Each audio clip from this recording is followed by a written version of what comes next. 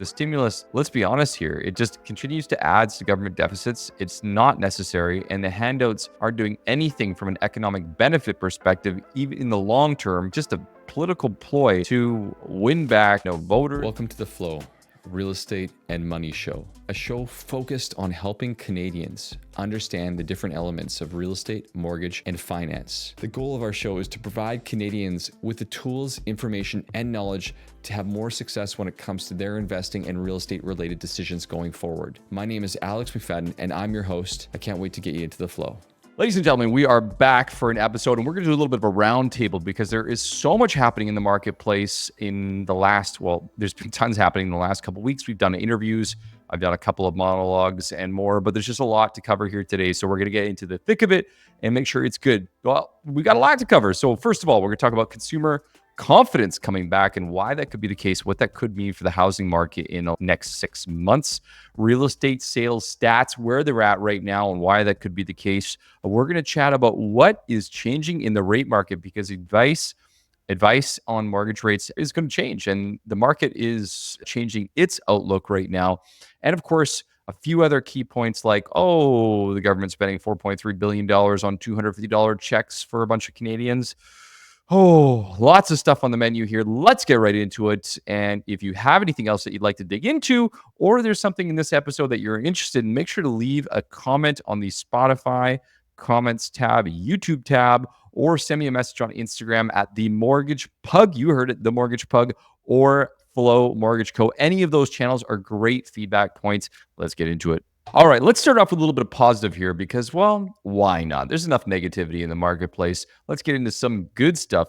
Number one, consumer confidence is coming back and it's rearing its beautiful head for a variety of reasons. But I think one of the primary reasons here is the reality is Canadians are no longer feeling the pain of 7+% mortgage rates, specifically over the course of last few months. And of course, October's 0.5% rate drop has Canadians singing a happier tune.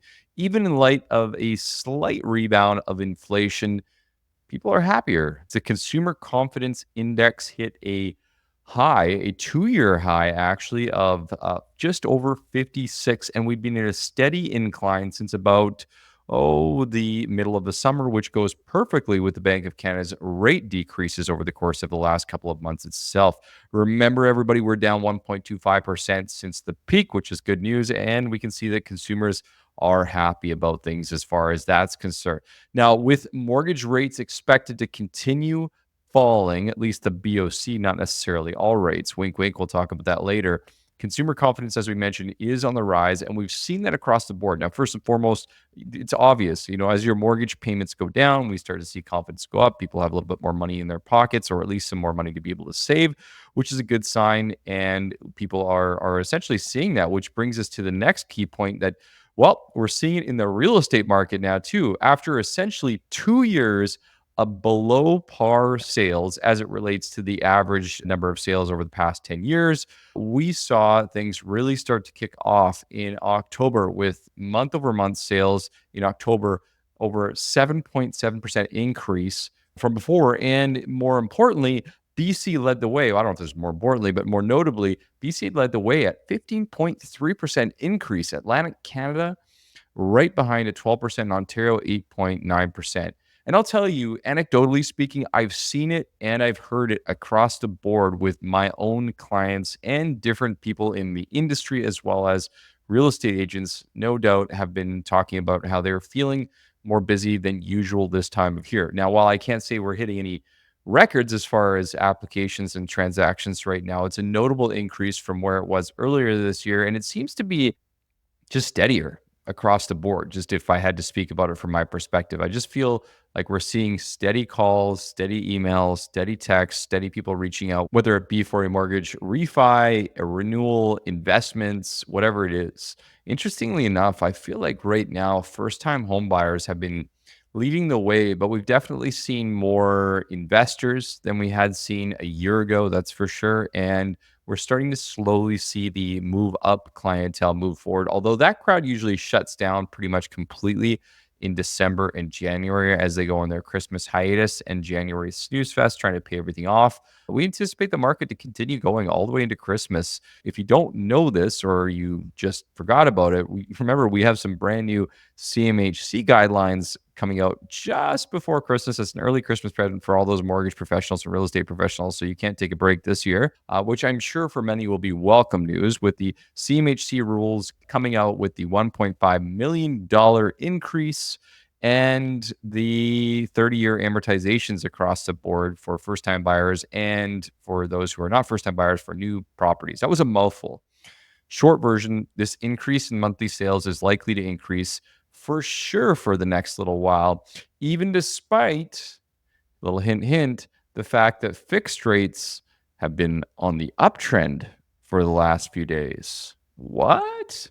Well, on the backs of a rallying bond market, well, you heard that right. The bond market has been rallying essentially since the beginning of November, end of October, more or less since we knew Trump was going to get into the marketplace. Guess what? The banks are no longer going to eat that profit anymore, and we're starting to see fixed interest rates go up by about 0.1 to 0.2%. Now, as you probably know, most of the banks out there don't actually advertise their best interest rates, and so even after the discounts, we were seeing rates about 0.25% less than what we are right now, and we anticipate that to go up another 0.1 to 0.2%. But I don't think that's going to have an immediate impact on the actual marketplace, because the reality is most consumers who haven't gotten into the market or are just getting into the market don't really have anything to compare to. So for those, the advertised rates will be pretty similar to what they were expecting before. Well, speaking of 5-year yields, let's get into it. The Canadian bond market is behaving badly if you want rates to be going down.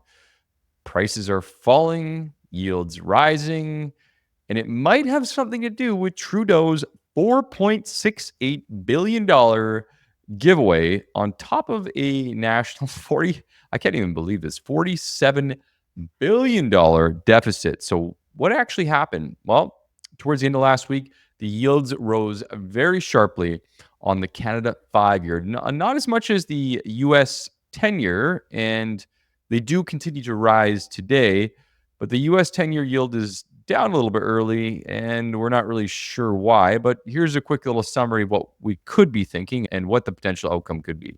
Well, first of all, we got the news that the federal government is going to be giving $250 to millions of Canadians at a cost of a cool $4.7 billion. Surely the bond market isn't asking. You can't be serious. Go ahead and spend the money if you have a surplus, but now putting us at a $47 billion deficit plus, I think the market is just sitting there laughing, just asking the question, are you freaking serious? Where are the cuts going to come from? Where? What? How? Is it just simply an opportunity to try and pay off Canadians with $250? The market is confused, laughing, not really surprised, but this is a smack in the face of millions of Canadians who will soon realize that their mortgage rates will be negatively impacted. And you best believe if you're taking a fixed rate mortgage, that is going to cost you more than $250. So the questions that many are asking really at the end of the day is, will Trudeau's tax holiday and $250 rebate make for a smaller Bank of Canada rate cut? I read a massive article about this last week, and while it remains to be seen whether the move will help win voters back to the Liberal government, a lot of analysts are saying that the potential impact of these measures could sway the Bank of Canada's December 11th decision. Well, not saying necessarily that the final decision would be impacted by this, at least not immediately, because as you know, we have an election next year. But this could impact how much the BOC cuts rates and really, in the end, cost Canadians a lot more than $250. So digging into that briefly here, looking at some of the numbers and what the potential outcomes could be. I mean, first and foremost, we've explained, if you don't already know, the workers earning less than $150,000 annually will receive $250 checks in the spring of next year. There's a tax holiday between December 14th and February 15th, with things like what's called essentials, restaurant meals, children's clothing, video games, Christmas trees, candy. Like, who makes this stuff up? This is wild. In Ontario, if you're the lucky person in Ontario, it would be a $200 check. Keep that in mind, and there's some other factors to consider. The combined cost of the federal and provincial programs is going to be about 0.3% of Canada's GDP, with the federal program costing $6 billion. And if you're in Ontario, again, it's an Ontario-centric article, it's about $3 billion. Again, this is just mind-numbing. The potential impact is that, well, and let's be honest here, there were a lot of percentages that were suggesting the Bank of Canada was not as likely destined for a 50-point rate basis cut. And the market is now saying, well, there's a guarantee now we're not getting a 50-point cut. So for anybody in a variable rate who has a HELOC, and more on HELOCs soon, they're going to be paying more money. From a criticism perspective, the stimulus, let's be honest here, it just continues to add to government deficits. It's not necessary, and the handouts aren't doing anything from an economic benefit perspective, even in the long term, maybe in the short term. And it's really just a political ploy to win back potential, I don't even know, voters. I don't know. I just, again, I can't get over this. And the fact that there's no real long-term sustainability to it, you're adding to a deficit, you're negatively impacting the marketplace, you're telling the Bank of Canada they cannot increase rates. You just can't make this stuff up. And my mind is absolutely numb to the point that I don't even like talking about it at all. Consumer reaction at this point right now has been mixed. I'd say people I talk to who are in the marketplace are smacking their heads trying to figure this all out. Most are not even surprised in the least. The only people that I have met that are happy about these changes are restaurant owners and workers. That includes bartenders and owners themselves, people who eat out a lot. And I would say those in the, and this sounds terrible, but the uninformed, people who are maybe not paying attention to how the impact of spending impacts the bottom line. A lot of those folks are really excited about the opportunity to get back $200. Don't try to explain to them where they're getting their money from, because most of them just won't get it anyway. And so I feel like that's obviously the impact or the outcome that's intended here from this whole thing, is essentially to get consumers who don't really understand all of this to try and come back to their side. Sad, and unfortunately, it will have an impact on the BOC's ability to reduce rates. It will have an impact on the marketplace. And for all of those reasons, plus what we mentioned earlier as it relates to the US election and Trump, the bond markets are going up, up, up, up, up. And the markets themselves have completely revised where fixed rates are likely to go. From a previous understanding of fixed rates going into that 3-point-something% range, the markets have all but suggested, nope, no more of that. We might go down 10 basis points if we get lucky, but we're going right back up. And now the 5-year outlook puts fixed rates back up to above 5%. How about those apples for you? I don't know. You just can't make this stuff up. And to think about all of this stuff, it just makes me think that everything that we're going through right now, whether as it relates to inflation, as it relates to housing policy, as it relates to just generally speaking, living in this freaking country, it's the same dumb story over and over and over and over again. And while I try not to get overly political, this one really pissed me off. I'm going to be honest with you. We could spend money on, say, removing some taxes and fees to help builders build homes. Maybe we take $1 billion and hire some doctors and nurses, or try to get them in the country because we're dealing with nonstop serious healthcare issues. Or put it into something, anything more useful than giving back $200 to Canadians. Maybe get rid of a carbon tax. Anyways, I'll stop there for a second. So you heard my feedback. You know what's happening with the bond markets. You can expect fixed rates to go up, and you're going to get a lot of confused consumers over the course of the next few weeks and months as rates go up. And they ask themselves, why did my friend from 30, 60, 90 days ago get offered a better interest rate than I did today? Well, among many other factors, now you can use that $200 and, I don't know, stick it in the bank account. We'll see what happens. Don't stick it in the bank account. I'm just joking. If you're going to do it, maybe pay for a course, invest it, or something like that. Let's talk about some other stuff that's going on right here. HELOCs are back. Home equity line of credit. So to give you a little bit of context here, if you don't know what a home equity line of credit is a equity line, or the access to the equity in your home that you can borrow if you qualify at a lower interest rate than a line of credit that you wouldn't otherwise. Because it's secured to your property, your bank can offer you a lot more, hundreds of thousands of dollars, typically an interest rate of prime or prime plus a certain percent, prime plus half, prime plus one, whatever that number might be. After a massive period of about 16 months of reduced activity, no surprises there with the BOC having increased interest rates. The marketplace really didn't have any interest to paying 7.5 to 8.5% for borrowing power. Now that we're sitting at numbers closer to 6.5%, people are starting to spend that money again. That 1 or 1.25% has made an impact on the total amount of interest. And what's notable is that after a period of reduced activity, Canadian households are increasingly tapping into their home equity. According to a report in September of 2024, the HELOC debt balance rose to 178.8 billion, which is the highest since late 2022. And that might have something to do with the marketplace experiencing higher costs of living, but no doubt the HELOCs are being utilized even more so. Now, the annual growth of HELOC debt reached 3%, which was $5 billion more in September 2024, which made it the fourth consecutive month of acceleration. And this is the highest annual growth rate since October of 2022. To me, that says, yes, you've got people using it from an investment perspective, but you've also got a lot of consumers who are relying on this equity. And as you may know, when it comes to, historically speaking, when it comes to rate increases, it usually is felt 18 months later. And now we're sitting here about 18 months later. And I think Canadians are just genuinely feeling the pain of all of the rate increases now, which is going now by the way of their HELOCs, whether it be spending money on life or investments or vehicles or whatever that might be. It's interesting to note that the HELOC borrowing is growing at a rate comparable to residential mortgage debt, which is indicating, as we talked about, a lot more households using their HELOCs for liquidity to survive, to get by.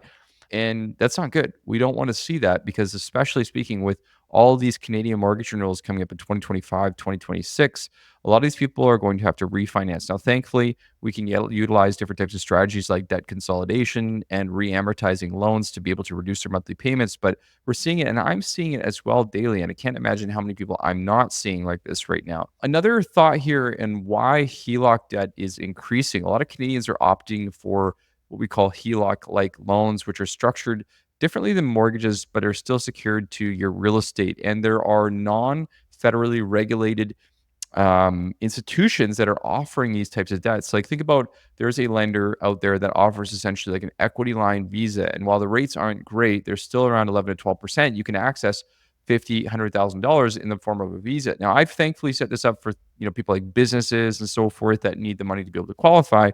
But I've heard of situations where people are getting access to this and literally using it to survive. And we're seeing a lot more different products and solutions like this in the marketplace as well. Now, as far as other reasons that the HELOC amounts might be actually increasing, we talked about this. There's a lower cost of borrowing, which is going to bring that up. And I do believe more and more people are utilizing their HELOCs to things like investing in this type of a marketplace where we're seeing more opportunities in the market. And I'm definitely helping a lot more people utilize their existing homes leverage by borrowing out that equity and putting that equity towards other properties, other investments, whether it be physical properties or REITs, other types of investments. Like I'm seeing a lot more of that right now. It is becoming a bigger conversation. And as you might know, when you qualify on a home equity line of credit, you have to qualify on a much stricter guideline than you would with a typical mortgage. And with the stress test coming down, it's had an impact, and it allows people the opportunity to be able to borrow more money in the form of a HELOC. Interestingly enough, HELOC growth itself has been basically dormant for the past 5 years, with only, as I mentioned, 16 months of the entire 5 years suggesting growth. And the trends basically are proving that borrowers are using this and completely reversing their thought process and starting to leverage the equity that they have in their existing homes, notwithstanding the fact that people have low fixed rate mortgages and deciding to dig into that as opposed to refinancing like they would have in the past. Now, my question is, again, with rates having come down or coming down a little bit, are more people going to consider refinancing in the near future or restructuring their debt that way? Be curious to see. And with some lenders changing different policies, do we see the government get involved if the HELOC spending gets out of control? The answer is probably yes, but we hope it's no. It'll be interesting to see how that goes. From my perspective, I think it's very likely you'll see them start meddling in this if it continues this upwards trajectory. Now, one of the easy ways to get this to cool off would be for the BOC to continue reducing rates, which reduces interest, which allows people to get caught up and actually start paying these off.